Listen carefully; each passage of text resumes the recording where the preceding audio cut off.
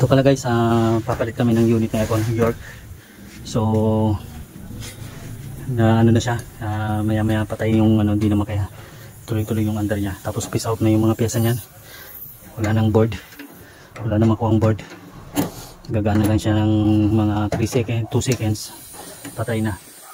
So ito yung papalit namin, TCL na lang, 2 horsepower TCL. Bali itong York 2.5. Ano yung pad dito? Inano lang muna namin, pinasingaw muna namin dito yung preyon. So bali palitan na lang ng unit to. Buong unit to TCL na lang lalagay.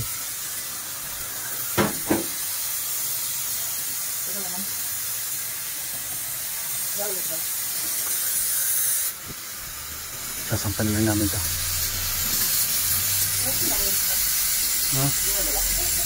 Wala yung may electrical tape na.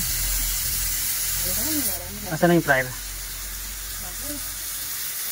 So bali to guys yung ano niya, yung indoor. Ano lang naman namin, i-pull down na namin to kasi magbabago kami ng mounting ng bracket dahil TCL yun, ito New York. So kwarto kasi ito ng ano, pasyente. So gawin lang namin habang nasa labas yung pasyente dahil hindi pwedeng walang aircon. So ayun guys, tanggal na yung ano, tanggalin lang namin to. Ito yung palagay namin.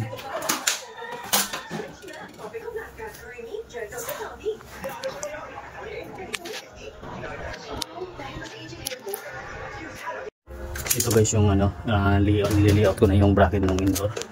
Ayan. Ayan yung butas nyo. So ayan yung level. So ayan, nakalayout na yan. Butasan lang namin yung ano. Barinahan lang namin kasi nabago yung layout dito.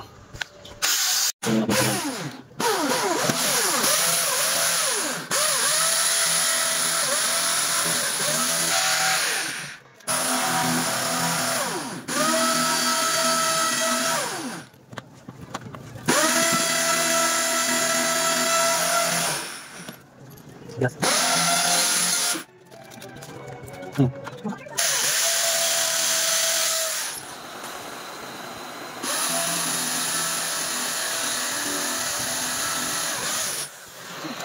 Ito guys, nakakabit na yung indoor namin. Itap ko na lang yung wire niya.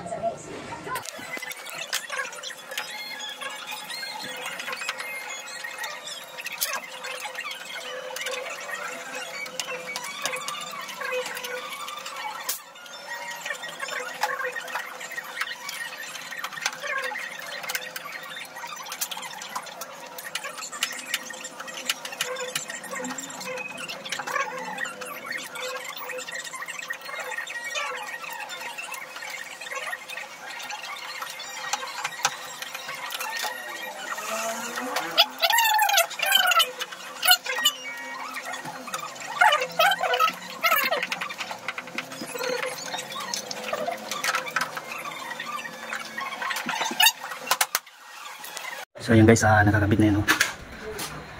So okay na yan. Bali yung sa labas, hinihinang na lang din yung dugtungan yan, mga tubo.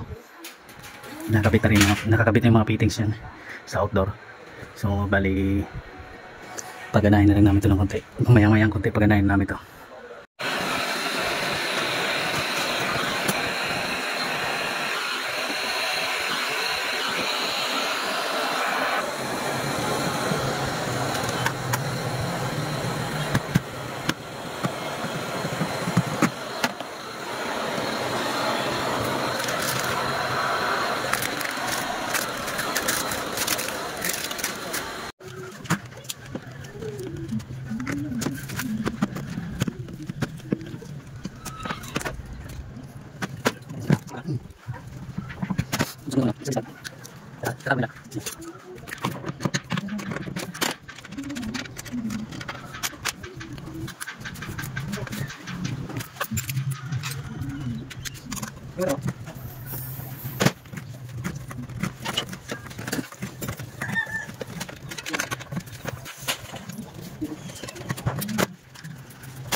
So bali ito guys, okay na yan.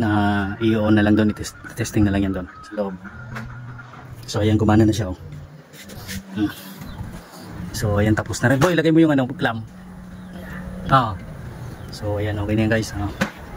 Gumana na siya. Okay. Ayos na to. Hala. Kaya tinanggal mo. Nasaan na yan? Sabi kabit eh. Ilagay mo yung... Tanggalin mo na yung palitan mo ng tox. Di ba yung may tox tayo? So ayan, okay na to. Tapos na. Okay.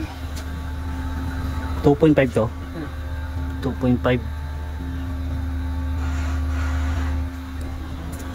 So yan, okay na.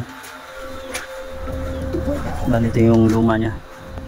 Yung mga indoor niya. So yan guys, okay na to. So yan guys, okay na yan. Tapos na yan. Iligpit na namin yung mga gamit namin. Hindi lang natin ma-testing doon sa loob dahil nandun na yung pasyente.